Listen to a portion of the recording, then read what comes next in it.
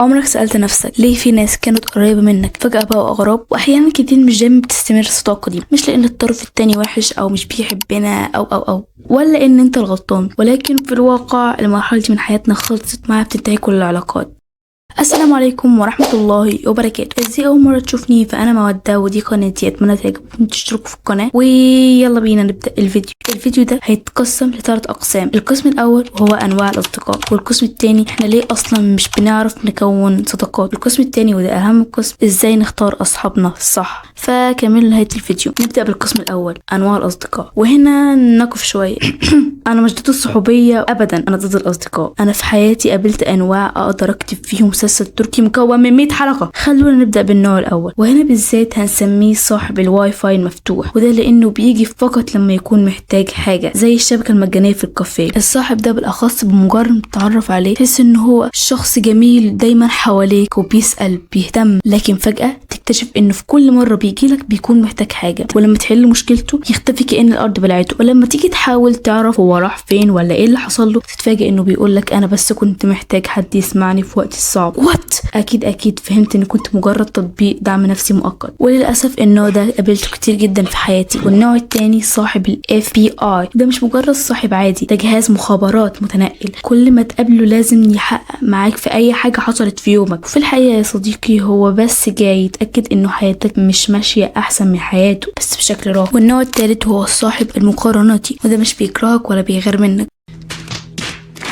ولكن كل الحكاية انه مش بيعرف يفرح لك من قلبه، لانه ببساطة بيحول اي حاجة بتحكيها لمسابقة هو فيها الحكم والفائز الوحيد. كمثال تقول له انا اشتريت كتاب جديد كنت مستنيه من فترة وانت ما شاء الله فرحان، وتلاقيه بيرد انا خلصت كتابين الاسبوع اللي فات. ماشي. النوع ده بيخليك مع الوقت تحس ان فرحتك دايما مش كفاية، وانك لازم تعمل اكتر عشان تعجبه مع انك مش مطالب بكده. والجزء الثاني من الفيديو ليه بنحس اننا مش عارفين نكون صداقات، بعيدا طبعا عن الانواع اللي قلناهم في اول الفيديو. بتلاقي نفسك بتفتح واتس ولا ماسنجر تلاقي مكتوب لا توجد محادثات جديدة، ولما تفكر انك تبادر بالحديث تقول مش هينفع اكلم دي لانها بترد بعد اسبوع، وده بيقلب الموضوع على نفسه. ده اخر مرة اتكلمنا في الفاينل. والسؤال هنا ليه بنوصل لكده ونحس الاحساس ده؟ والاجابه على السؤال ده 3 حاجات. الحاجه الاولى الاصحاب كتير لكن مش حقيقيين. بقى عندنا 100 صديق على الفيس و200 على الانستا و3 على الارض، بقى حرفيا بقى عندنا 3 على الارض والاف على المواقع. المهم الحاجه التانية الخوف من انك تبقى تقيل زي ناس، بس الناس دي ما بتخافش. في اشخاص حرفيا بيخافوا من ردة الفعل اكتر من الفعل نفسه. فلنفرض اني بعت لاي حد من صحابي ازيك وفضلت 3 ساعات براقب اخر ظهور، ولو دخل وما ردش خلاص مستحيل ادخل او اتكلم تاني، انا الغلطانه اصلا.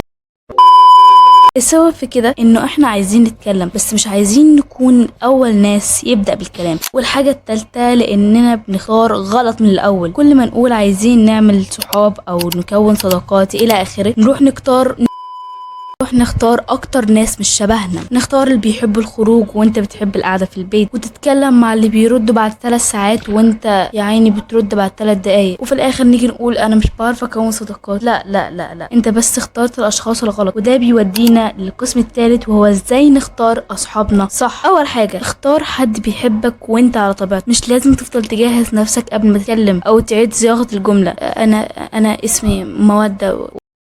لازم تكون مرتاح وانت بتكلم الشخص ده بجانب ان هو يكون شبهك طبعا. والحاجة الثانية ما تكونش الواي فاي بتاع العلاقات. لو انت دايما اللي بتبدأ او بتسأل او بتفكر في مواضيع عشان ما يملش، وفي الاخر طبعا بيمل يعني، طب ليه؟ فاذا الشخص ده مش عايز يتكلم مش عايز يطمن خلاص ما تتكلمش. والتالت حاجة ما تصاحبوش حد بيحتاج شرح لكل حاجة. يعني لما تزعل لازم تقول زعلت ليه، ولما تضحك لازم تقول او توضح ليه. مش كل حاجة لازم يكون ليها مبرر واضح ومفسر. ورابع حاجة قلل دائرة اصحابك، ودي ممكن اعمل لها فيديو منفصل، فاشتركوا في القناة عشان يوصلكم كل جديد. طيب بقى قولولي ايه اغرب نوع صحاب عدى عليكم في الفيديو ده، واكتبولي كمان بتحسوا انكم بتعرفوا تختاروا اصحابكم ولا لسه بتقعوا في صحاب من النوع الغلط. واخيرا لو الفيديو ده فاتكم ولو بحاجة بسيطة يبقى دوس لايك واشترك في القناة عشان لسه عندنا كلام كتير عن الاصدقاء والعلاقات.